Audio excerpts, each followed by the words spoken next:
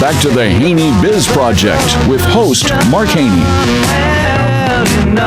How is this mic working now? Welcome back to the Haney Biz Project, brought to you courtesy of 5 Star Bank, the Entrepreneur's Bank. I'm Mark Haney, and now entering the game for your Sacramento Kings, Scott Moak. How you doing, Scott? That's pretty good, man. Yeah. I'm going to have to watch my back, watch my 6 on that. That's pretty good. Now, Scott, you are a nationally renowned public address announcer for the Kings, but you're also the director of the Kings Foundation. Yep. We want to get to know you.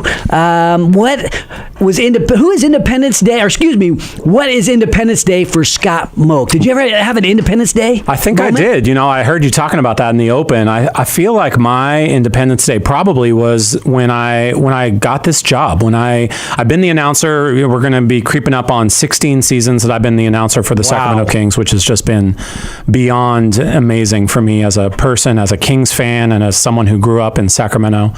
But when I was able to land the job at being, like what you said, the executive director of the foundation and running all of our community impact initiatives and helping, the Kings be a good community steward. When I got that job, and so I married both a day job with the Kings and a night job with the Kings, that was probably my Independence Day. That was the day that I just felt like, man, this is what I wanted. This is what I was shooting for. I didn't know that necessarily, but it was a really special day. Well, you had been doing things in the charitable giving area all over Sacramento for years, and then being recruited to be the Kings executive director for the foundation. Tell us what that process looked like. Yeah, years ago. I mean, if we back way up as part of my announcer process in 2000, in the year 2000, they had an open tryout for the Kings job, for the Kings PA job, and I tried out along with 160 other schmucks that wanted to yell into a microphone like me, and they narrowed it down. I got into the Final Four, and I got a call. And a couple weeks later, and they told me I didn't get the job, and it was brutal. I was still relatively young, and I swore it was mine to take, and out of 160, that's like American Idol, right? They've narrowed it all the way down to 4. And you did not get the job. And I didn't get it. And it was pretty devastating, I'll say. And I had to quickly regroup. I remember thinking, all right, I can't let this knock me completely off the horse. I've got to figure out how to continue forward. And I did. And I kept, whether it was Sac State or other events that came to town, I would always stay involved and still kept announcing. Meanwhile, working, like what you said, I've always worked in nonprofit social services mostly. That's my background, 18 or so years working in nonprofit. Got my master's in marriage and family therapy. So if I ask any of you how you're feeling at any given time, I apologize in advance for that. No problem. But we're going to need some advice on that a little later too, if you don't mind. My billable it's always rate, helpful. My billable rate is still pretty high. But yeah, I continued on with that, with the day job part of helping people, helping this community while announcing at night. And then luckily 2 years later, good fortune, I get a call asking if I wanted to come back and almost do a little bit of a retryout. And it worked out to where they offered me the ability to be the full-time or ongoing public address announcer for the Kings, and that was in 2002, and I've been doing it ever since. Where were you doing the announcing prior to the Kings? I went to John F. Kennedy High School in South Sacramento. My dad was a teacher there, a coach there, and ultimately the athletic director there. And when I came back from Davis, which is where I went to undergrad, he needed some help at school at Kennedy. Yeah. So your dad's a coach there. He was a coach. He was a coach and athletic director there at the time. So he asked if I would chip in and be his announcer. He basically didn't want to pay anyone. That was really the bottom line. So you're doing the announcing for high school. You bet. I did girls basketball. I did boys basketball. I did football. I mean, basically anything with a ball at that high school. I felt like I was announcing back then, and it was great because I was cutting my teeth. I didn't really know it at the time. Looking back, it was great training. I was announcing a whole variety of sports. I was learning, kind of how you could do it and the different ways to do it, and having a whole lot of fun and watching sports. Like, I mean, because that was so much part of my fabric and DNA growing up was being involved with sports. So it was a great opportunity for me. So you don't get the job. 2 years later, you get called back in. What happened? Yeah, they called and said, hey, you know what? It was Arco Arena at the time. We're getting a new sound system put into the building, and it was a very exciting time. They were making a considerable investment into upgrading the sound system. So they called and asked if I would come in and test it out, actually. Just, hey, we want to hear like an announcer, like someone yelling, in announcer test voice. Test the audio system. Yeah, highs and lows. System. You got to ring it out, as they say in the audio biz, right? So they wanted to hear how that would sound. So they call me in, and I get there, and all the employees and executives and a lot of people had come down into the bowl of an empty arena on a random, Tuesday or something, middle of the day, and they're just sitting in the seats, and the audio company that was installing and lifting all the speakers, they're there, and they're making all these tweaks, and the guy just hands me a microphone, and he's like, all right, like go ahead. Test it out. Test out the system. And I'm like, I don't know, what are you talking about? Like, So I literally just started walking around the bowl, and I knew enough people from my time, connecting with the Kings and staying connected with them. That's probably one of the keys for my just own personal business. Yeah. And part of what you would say to people is stay connected where you can, right? And I did do that. So I knew a lot of people, and I'm literally just walking around saying, like Mark Haney, like I'm announcing weird things and like saying their names and imitating other announcers and just having some fun with it, and everybody was cracking up. And what I didn't know is that was really kind of another informal tryout that they were asking me to come back. And so I hand over the microphone after. I told them thanks for letting me come in, and they called me a couple hours later, and that's when they offered me the job. You get the job, and now you've been doing it like 18 years? 16. So this will be season number 16. So 2002 is when I started. That was my first year, and it's been great. There were some really good times back then. I mean, we had one of the best home records in the NBA back in 2002 and 3 and 4. We hit some lean years, as you guys well know. Most Sacramentans know that we hit some tough times, but the fans have stuck with it ever since. Yeah. Obviously, we got into some really dark days with some of the relocation, stuff that was happening around the team potentially moving. But boy, we arrived 3 years ago, right? Yeah. We arrived, and everything worked out for the city and for fans and for me personally. It's been amazing to see what's happened. Yeah, despite the ups and downs, you have remained constant in your enthusiasm. I go to a lot of Kings games. I know you do. And you have remained. I see you. You have, every once in a while I sit in the front row. I get lucky enough to do that. But, you have remained enthusiastic, even at times when it's difficult to be enthusiastic. How do you do that? What's funny about that is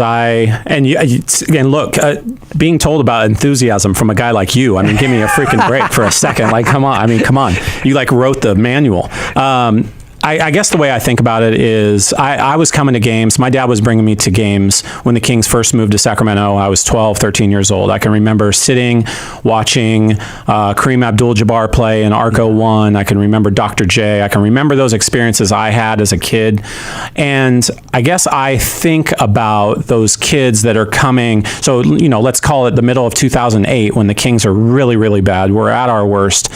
But there's a kid there somewhere. There's a 12-year-old boy that his dad brought him for the first time to a game. Yeah. And I just felt like it's my duty not to slough off on that kid. I don't want that kid to have a bad experience. It's his first game. The kid deserves to have a fun time, whether we win by 30 and it's a super exciting night, or, unfortunately we lose by 30. Either way, from the entertainment perspective, we always felt like we owed it to that kid and every other kid that comes for the first time to let him have as good of experience as we can, knowing that we can't control the outcome of the game on the entertainment side, but we can do our part, making them have a little bit of fun and maybe catching a free mini ball and enjoying a video or pulling a lion's tail. I don't know, but that's kind of what I use to keep that energy up. How did you develop your style? Because it's unique among people that do your job. For sure. I mean, I don't, you can hear, like, I don't have necessarily that, like, deep James Earl Jones, like, that's not my shtick. I've never had that. I wasn't blessed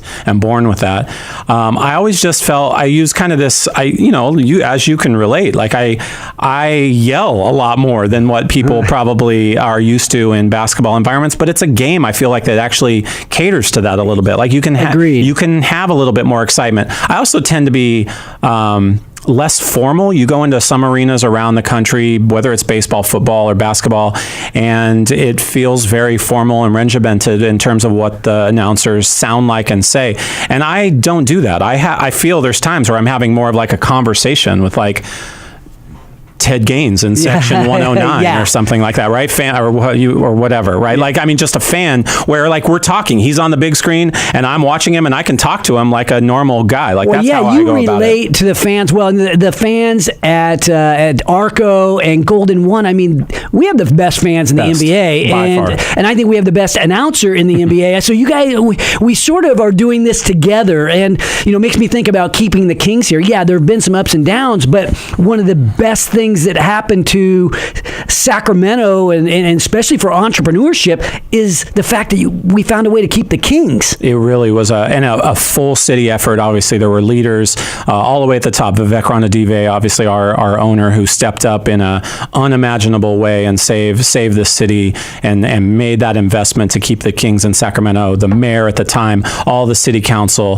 Darryl Steinberg, who was a unsung hero in all of this in terms of what he did in the state capitol to change some things, had some friends that also chipped in big ways on both sides of the aisle and made some really big decisions to help make it possible to get that arena done and keep the team in Sacramento. I mean, it really took a lot of people, a lot of social capital, a lot of real capital, and it did. It ultimately allowed us to springboard into what is a very healthy and vibrant Sacramento business community. People, I just came from downtown, literally just came from Golden One Center, right around the area, and I mean, it's packed. People walking around, eating lunch outside, and that's just different. Like, we never could have imagined.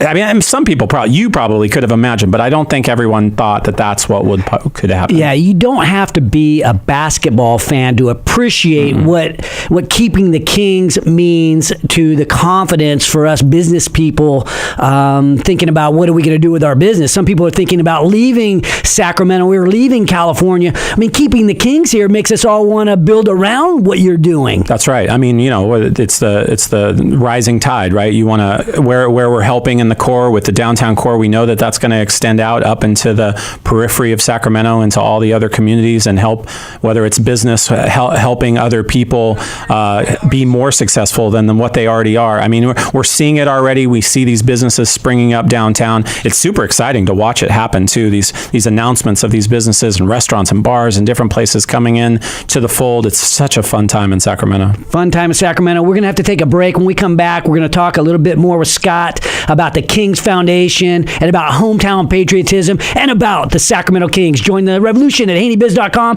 courtesy of DC8 Capital. This is the Haney Biz Project.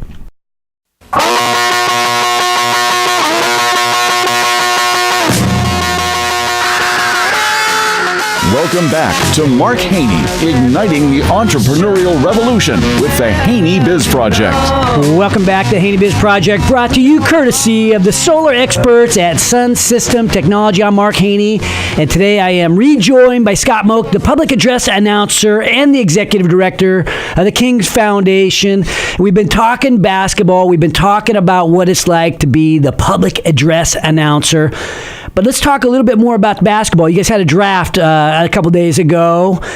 You guys did well. We did good, man. I mean, in Vlade we trust. I mean, he's been saying, he was ready to dominate this draft. He put together a all-star team of executives around him and people that really their basketball IQ is so high. Scott Perry, Luke Bourne, these new Ken Cadanella, all these new names that are new to Sacramento that are helping him make these big decisions, and he killed it. I mean, he just absolutely killed it. We got, nationally rated, as as high as you can be rated for a draft, and it should be an exciting year. Yeah, did a great job from the executive level, but I mean the Kings, they picked up some pieces, right, at guard. They got a point guard. Yeah, De'Aaron Fox. And like the best player in Europe is now on the team. Yeah, Bogdanovic. Yeah, they signed that was an acquisition last year, right? That was our draft choice from last year that we got through some trades, and the other three guys. I mean, the National Player of the Year, we got a guy that just won the NCAA championship with North Carolina,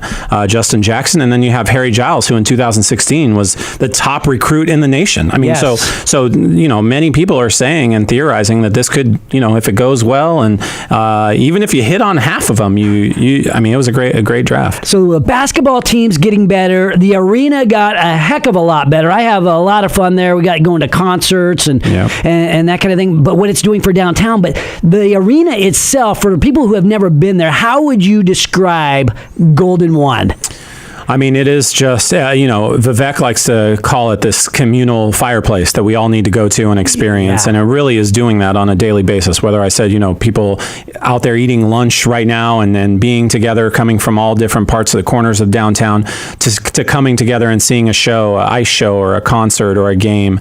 It is such an experience all the way from the moment you come in. Hopefully even before that, parking is super smooth for you and easy, and traffic is no problem. And you come in, you're going to eat some of the best food. You're going to have some great elements of it through that are just uniquely Sacramento about the building, knowing that it's the most sustainable building in the world, knowing that it's the most technologically advanced building in the world, and whatever you're there for, you're going to see a great product and a great show. And it's been a great year. We have some really big plans for things coming in the next year and following years. So we got to keep banging. No doubt. We have to be at our very best, and that happened in the draft, but that also happens with the Kings Foundation. We talk a lot about hometown patriotism, love of our hometown, and what's not to love about what you guys are doing at the Kings Foundation. Yeah, I appreciate you wanting to talk about that, and I know that you, for a long time, have said, a strong business can be stronger when you're doing some community element, when you have a community element woven into your business. And so we do that. Our mantra with the Sacramento Kings and our foundation work and our community work, it's do good. That's what we say at the end of the day, do good. And we use that every single day as our anthem. And we have focused in on a couple priority areas: health, education, sustainability, where we're really, really pushing some really fun initiatives and doing some really imaginative things to really help communities, not just here in Sacramento, but beyond. And we're making some great impacts. It's been a really fun ride to see how we can use basketball to improve people's lives. You're making an impact on our young people too, aren't you? That's the goal. I mean, whether it's through kids participating in our Junior Kings program, which is now just booming, getting more basketballs in more kids' hands than ever before, which obviously is great, not just for fan support, future fan support, and making kids, getting them possibly involved in sports, but getting them healthier, getting them around other kids, and teaching them other lessons through the game of basketball. That's certainly one way. But we've got lots of different projects that we're doing in schools and partnering with, small little organizations called UNICEF. And, so it's a really exciting time. We've done a lot so far, and we're excited to do a lot more. Well, you think about, you played sports, your dad was a high school coach, right. And the things that we learn out there on the court or on the football field or the baseball field, these are things that in many cases, you can't learn anywhere else. I mean, and you guys are helping provide some of that inspiration. You bet. I mean, those lessons that you can get from sport, they're not replicable. Like you can't get other experiences like that. And we certainly use that to our advantage. And some of that is we use our players, because we know that, if Willie Cauley-Stein tells a kid that reading is important, that kid thinks reading is important, period, because Willie Cauley-Stein said it. Yep. And so we use that to our advantage. I mean, we take these guys out. They are great community ambassadors. That's the one thing about having the team we have now. These guys are totally dedicated. They're all in on doing good.